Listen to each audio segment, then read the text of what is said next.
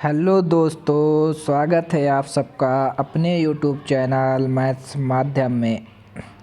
I hope आप सब अच्छे होंगे और अपना ध्यान रख रहे होंगे। ध्यान रखना इस ठंड में बहुत बड़ी बात है। बहुत ज़्यादा ठंड हो रही है पिछले 3-4 दिनों से। ऐसा लग रहा है ना कि जैसे कि हम मनाली में बैठे हैं, बस बर्फ़ होने की देरी है। इतनी ठंड बहुत है, मतलब 4 डिग्री सेल्सियस तापमान है इस टाइम पे यहाँ का। ओह, शुरू करते हैं हम अपना सेशन। पहला क्वेश्चन ये रहा कि बाला अपनी बचत का 20% वृद्धाश्रम को और 22% बचत अनाथालय को और 22% बचत को चिकित्सा सहायता के लिए फाउंडेशन को दान कर देता है। बचत की शेष राशि 7200 रुपये बैंक में जमा कर दी गई। बाला का वेतन ज्ञात कीजिए यदि वेतन का 40% उसकी बचत राशि है। तो अगर बाला ने अपनी बचत का यानी उसका वेतन जो है 100, अपनी बचत का 20% मतलब उसकी बचत 20% 100% है। 20% वृद्धाश्रम को, 22% उसने जो है अनाथालय को और 22% चिकित्सा को। ठीक, ये हो जाएगा तुम्हारा 100। 22 44 और 44 20 हो जाएगा तुम्हारा 64, बचेगा तुम्हारा 36%। ठीक, हमें दे रखा है कि बचत की शेष राशि 7200 रुपये। 36% की वैल्यू हमें दे रखी है 7200 रुपये। एक की वैल्यू हमारी निकल के आ जाएगी 36 दूना 72 यानी 200। 100% की वैल्यू हमारी निकल के आ जाएगी 20,000। 20,000 ठीक है। अब क्वेश्चन में बोला ये गया है कि बचत की जो यदि वेतन का 40% उसकी बचत है। ठीक है, ये तो तुम्हारी बचत निकल के आई है 20,000। तो 40% की वैल्यू हमें दे रखी है। 40% की वैल्यू भी हमारी 20,000 हो जाएगी क्योंकि वो बचत का है। ठीक है, तो 1% की वैल्यू हमारी निकल के आ जाएगी 500। ठीक, और 100% की वैल्यू हमारी निकल के जो आ जाएगी वो आ जाएगी 50,000। यही हमें वेतन बताना था उसका, यही आंसर हो जाएगा। चलते हैं हम अपने अगले क्वेश्चन पर। अगला क्वेश्चन ये कह रहा है कि अंडर रूट का भी under root 1225 plus under root 841 जो ये x का मान हमें ज्ञात करना है। तो अंडर रूट का भी अंडर रूट हम करेंगे, ये हो जाएगा तुम्हारा 1225 प्लस अंडर रूट 841। जो 1225 होता है ये होता है 35 का वर्ग, और ये होता है तुम्हारा 29 का वर्ग। ठीक, दोनों को जब जोड़ेंगे तो ये आ जाएगा 64। तो अंडर रूट करेंगे तो ये आ जाएगा तुम्हारा निकल के 8, और यही आंसर हो जाएगा इसका। चलते हैं हम अपने अगले क्वेश्चन पर। क्वेश्चन में बोला गया है कि 21,000 रुपये पर एक वर्ष के लिए 8% वार्षिक की दर से सीआई से वार्षिक और अर्धवार्षिक चक्रवृद्धि ब्याज के बीच अंतर क्या होगा। तो अगर हम 2100 रुपये लिखते हैं, 21,000 मतलब सॉरी, तो ये हो जाएगा तुम्हारा ईयरली, ये हो जाएगा हाफ ईयरली।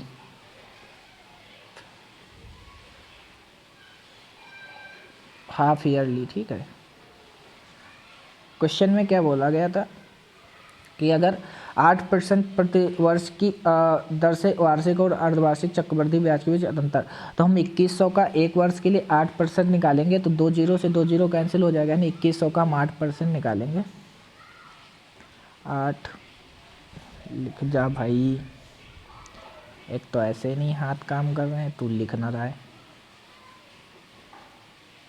8%, तो ये 2 जीरो से 2 जीरो कैंसिल हो जाएंगे।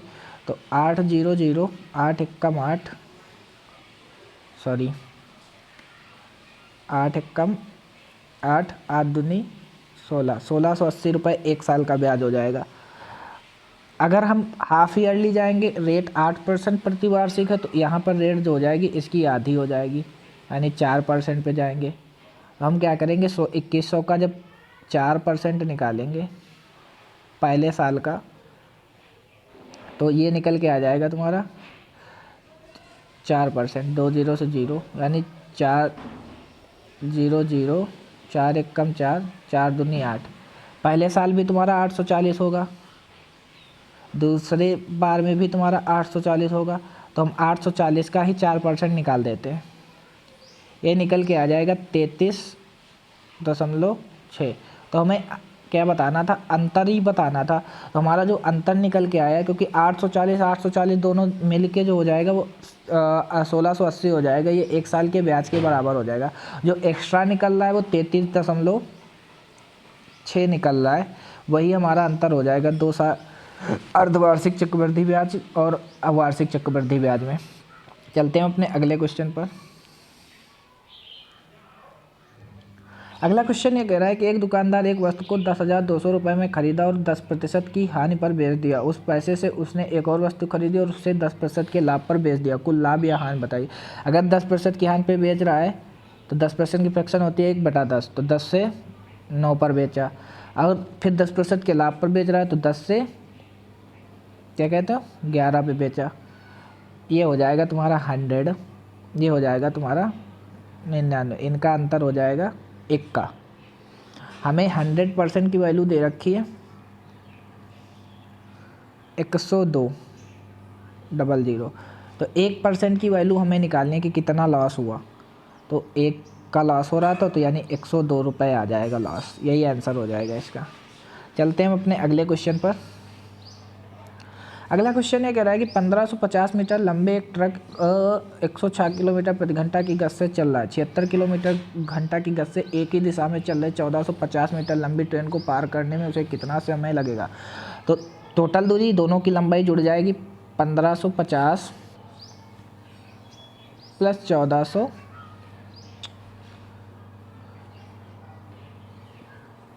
1450 और स्पीड दोनों की घट जाएंगी, यानी 106 माइनस 76 मीटर में, क्योंकि दूरी दे रखी है तो इसको हम मीटर में चेंज करने के लिए मीटर पर सेकंड में चाल को 5/18 से गुणा कर देंगे। ये हो जाएगा तुम्हारा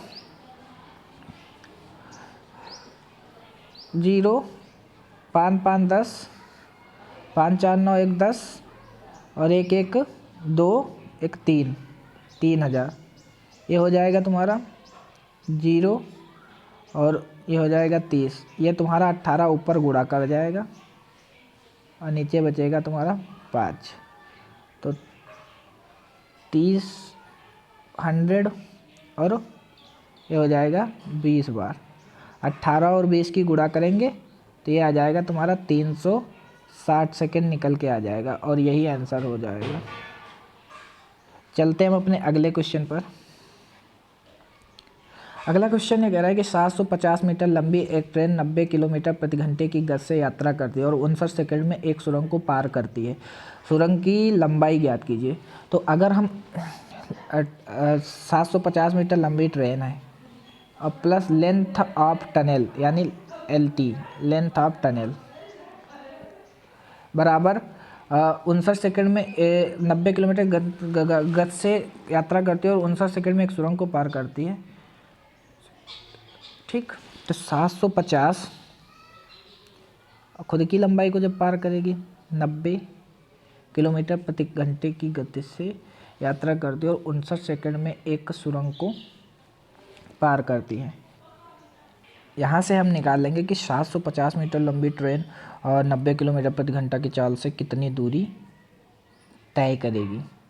ठीक है, तो हमें ये करना है कि 90 किलोमीटर प्रति घंटा की चाल से वो ट्रेन कितने 59 सेकंड में कितनी दूरी तय करेगी।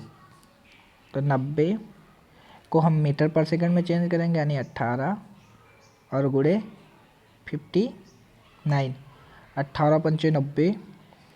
ठीक है, और ये हो जाएगा तुम्हारा 750 प्लस लेंथ ऑफ टनल बराबर 25 इंटू 59,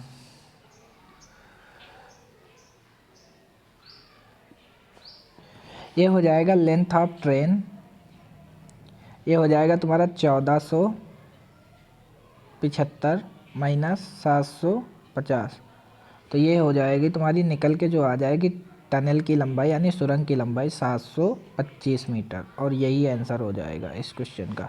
चलते हैं हम अपने अगले क्वेश्चन पर।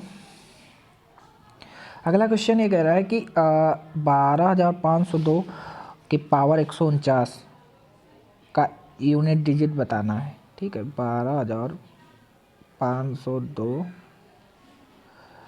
के पावर 149। हमने एक चीज़ आपको बताई थी कि 0, 1, 5, 6 इनका यूनिट डिजिट निकालने के लिए, इनका यूनिट डिजिट हमेशा से मैं तो बाकी सब किसी भी संख्या की यूनिट डिजिट निकालने के लिए हम पावर को 4 से डिवाइड कर देते हैं और जितना शेष बचेगा उतना लिखेंगे। क्योंकि यूनिट डिजिट बताना तो हम पहले 2 को ही लिख लेते हैं, 2 की पावर, और 4 से जब इसको हम डिवाइड करेंगे तो ये जाएगा 4 तिया 12 और हासिल लगे 2, है ना। 4 तिया 12 बचेंगे 2, यानी हो गया 29, 4 सते 28, यानी बचेगा 1 शेष। तो 2 की पावर 1 हो गया, तो 2 की पावर 1 का मतलब यूनिट डिजिट हमारा 2 ही होगा, और यही आंसर हो जाएगा इस क्वेश्चन का। चलते हैं हम अपने अगले क्वेश्चन पर। अगला क्वेश्चन ये कह रहा है कि उस बेलन का आयतन ज्ञात कीजिए जिसकी त्रिज्या 11 सेंटीमीटर और ऊंचाई 14 सेंटीमीटर है। तो पाई की वैल्यू 22/7 रखनी है, तो आयतन बताना है। तो हमें पता है बेलन का जो आयतन होता है, लिख देता हूँ मैं,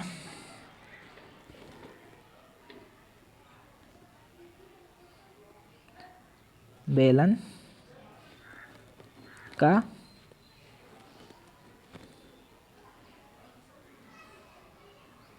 आयतन जो होता है वो होता है पाई r स्क्वायर, ये होता है बेलन का आयतन।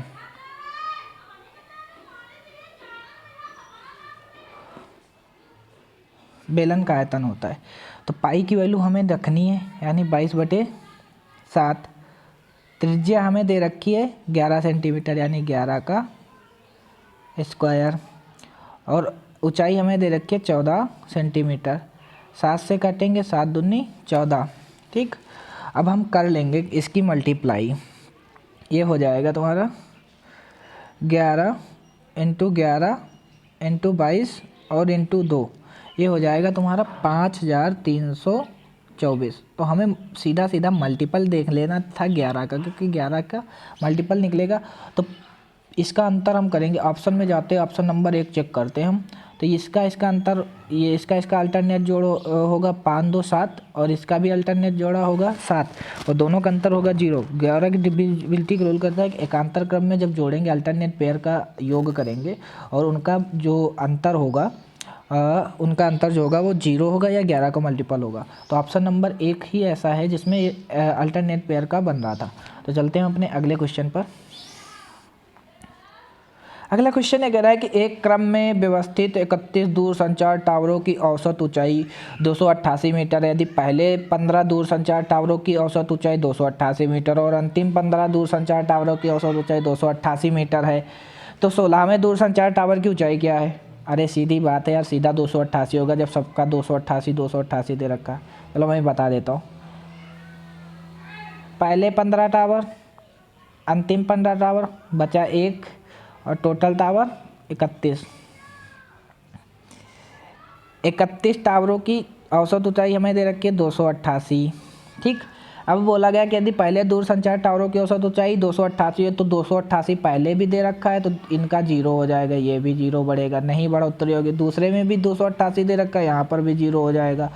तो लेट्स, हमें बताना क्या है कि 16वें दूरसंचार की औसत ऊंचाई क्या होगी। जब सब 288 हो रहे हैं तो ये भी 200, जाहिर सी बात है 288 होगा, क्योंकि तभी 288 का एवरेज आएगा, और यही आंसर हो जाएगा। चलते हैं अपने अगले क्वेश्चन पर।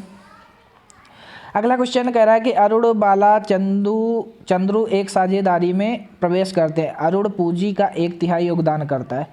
अगर जैसे कि ये हो जाएगा अरुण, बाला एंड देन चंद्रू।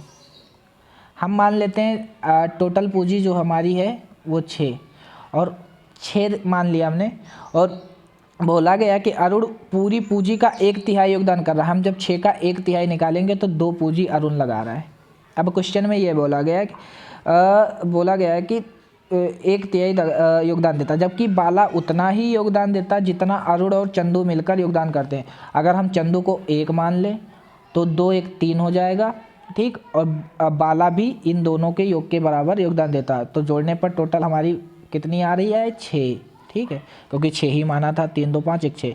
तो 6 यूनिट की वैल्यू हमारी दे रखी है 84,000। 1 यूनिट की वैल्यू हमारी 14,000 आ जाएगी। तो हमें बताना क्या था? यही बताना था चंद्रू की को कितना प्राप्त होगा।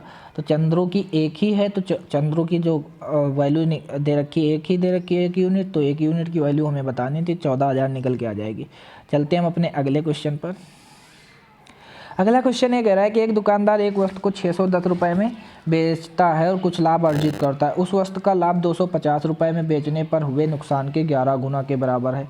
अगर लॉस एंड देन प्रॉफिट, अगर लॉस 1 का हो रहा है तो प्रॉफिट 11 का हो रहा है, ठीक।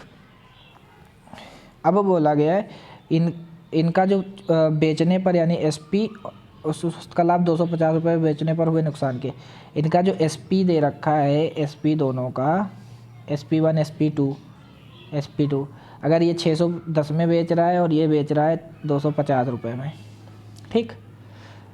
इनका अंतर हो जाएगा तुम्हारा 12, और इनका अंतर हो जाएगा तुम्हारा 360। 1 यूनिट की वैल्यू तुम्हारी दे रखी 12 यूनिट की वैल्यू 360 दे रखी है, 1 यूनिट की वैल्यू तुम्हारी निकल के आ जाएगी 30। तो हमें बताना क्या है?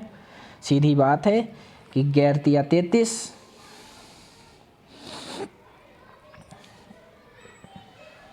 तो हमें बताना क्या था कि जो है हानि हो रही थी, तो हमें सीपी निकालना है। तो 250 में जैसे ही हम 30 जोड़ेंगे, क्योंकि 1% की एक की हानि हो रही थी 250 पे बेचने पर, तो 30 जैसे जोड़ेंगे तो हमारा ये हो जाएगा 280 रुपये सीपी निकल आएगा। तो क्वेश्चन में क्या बोला है कि क्या कहते हैं कि 10% का लाभ कमाना है उसे, तो कितने पर बेचना चाहिए? तो 280 का हम 110% निकाल देंगे, सीधी बात है।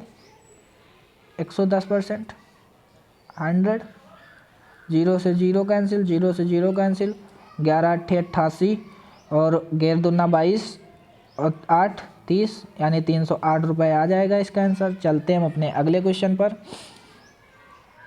अगला क्वेश्चन ये कह रहा है कि एक व्यापारी सामग्री खरीदते और बेचते समय हर बार 12% की मात्रा में दोषपूर्ण बाटों का उपयोग करके धोखा देता है। केवल दोषपूर्ण भारों का प्रयोग करने पर उसके लाभ प्रतिशत में कितनी वृद्धि हुई? तो हम इसमें सक्सेसिव मेथड लगाएंगे 12 + 12, क्योंकि दोनों बार लाभ ले रहा है तो हमें दोनों बार 12 का लाभ ही होगा, तो प्लस ही रहेगा अपॉन 100। ये हो जाएगा तुम्हारा 24, ये हो जाएगा 1.44, हमारा निकल के आ जाएगा 25.44% का टोटल लाभ होगा। चलते हैं हम अपने अगले क्वेश्चन पर। क्वेश्चन में बोला गया कि त्रिभुज ए कोण ABC में कोण B और कोण C के आंतरिक समद्विभाजक कोण है। अगर हम त्रिभुज बना लेते हैं, रुक जा भाई, त्रिभुज AB एंड देन C, इनका आंतरिक समद्विभाजक कितने डिग्री एंगल पर मिलते हैं? 105 डिग्री। अब क्या बोला गया कि कोण A का मान ज्ञात कीजिए। ये होगा तुम्हारा O, तो एंगल A बराबर हमारा होगा एंगल 90, क्योंकि एंगल बाइसेक्टर की जो इंटरनली एंगल बाइसेक्टर की थ्योरम कहती है वो होती है 90 में, एंगल 90 में जोड़ के कोण BOC का आधा, यही कहता है BOC का आधा, ठीक। अरे सॉरी गाइज, मैंने ना उल्टा बता दिया इस क्वेश्चन को। जो होता है एंगल बाइसेक्टर की थ्योरम कहती है कि इंटरनली जब एंगल बाइसेक्ट करते हैं तो कोण बी ओ सी बराबर 90 एंगल 90 प्लस कोण A/2 ये होता है। तो हमें कोण जो दे रखा है बी ओ सी दे रखा है हमें 105 डिग्री और हमें 90 डिग्री दे रखा है इधर, तो 90 को इधर माइनस कर देंगे और एंगल ए का आधा कर देंगे। हमें एंगल ए ही बताना है, तो ये हो जाएगा तुम्हारा 90 यानी 25 कितना हो जाएगा 105 यानी 15 हो जाएगा। 15 बराबर कोण A/2। तो कोण ए की वैल्यू जो निकल के आ जाएगी 15 × 2 करेंगे 30 डिग्री निकल के आ जाएगी। चलते हैं हम अपने अगले क्वेश्चन पर। अगला क्वेश्चन ये कह रहा है कि 40 आदमी एक काम को 15 दिनों में पूरा कर सकते हैं। उनके काम करने के 3 दिन बाद 20 और आदमी उनके साथ जुड़ जाते हैं। तो मेन एंड डेज, ठीक है। तो पहले 40 आदमी थे, 20 आदमी और जुड़ गए तो हो जाएगा तुम्हारे पास 60। अगर पहले 15 दिन काम चल रहा तो 3 दिन हो चुका काम, तो कितने दिन काम बचेगा 12, ठीक है। तो पहले कितने आदमी थे 40, बाद में कितने हुए 60। इन दोनों का क्रॉस मल्टीप्लाई मतलब क्रॉस रेशियो जो बनेगा वो 20 × 60 और 20 दूना 40। कुल कितने दिनों में काम पूरा हो जाएगा ये क्वेश्चन में बोला गया है। उनके साथ जुड़ गए 20 और आदमी उनके साथ जुड़ गए तो कुल कितने दिनों में काम पूरा हो जाएगा। तो 3 यूनिट की वैल्यू हमें दे रखी है 12, 1 यूनिट की वैल्यू हमारी 4 आ जाएगी, 1 यूनिट की वैल्यू हमारी निकल के आ जाएगी, ये 4 गुना है तो 1 यूनिट की वैल्यू हमारी 4 आ जाएगी। तो 2 यूनिट की वैल्यू हमारी आ जाएगी 8, ठीक। 2 यूनिट की वैल्यू हमारी 8 निकल के आ गई। तो बोला गया था कुल कितने दिनों में काम, क्योंकि 3 दिन पहले काम हो चुका था और 8 दिन बाद में, तो टोटल 11 दिन में काम पूरा हो जाएगा और यही आंसर हो जाएगा इसका। तो गाइस सेशन को हम यहीं तक रखते हैं और कमेंट करके ज़रूर बताइएगा कि सेशन कैसा लगा। और कल के लिए सॉरी, क्योंकि कल मैं सेशन नहीं ले पाया था क्योंकि मुझे काम था, इस वजह से मैंने सेशन नहीं लिया। तो मिलते हैं कल फिर इसी टाइम पे और आई होप आप सब अपना ध्यान रखेंगे इतनी ठंड में। तो thank you all of you and bye bye, take care.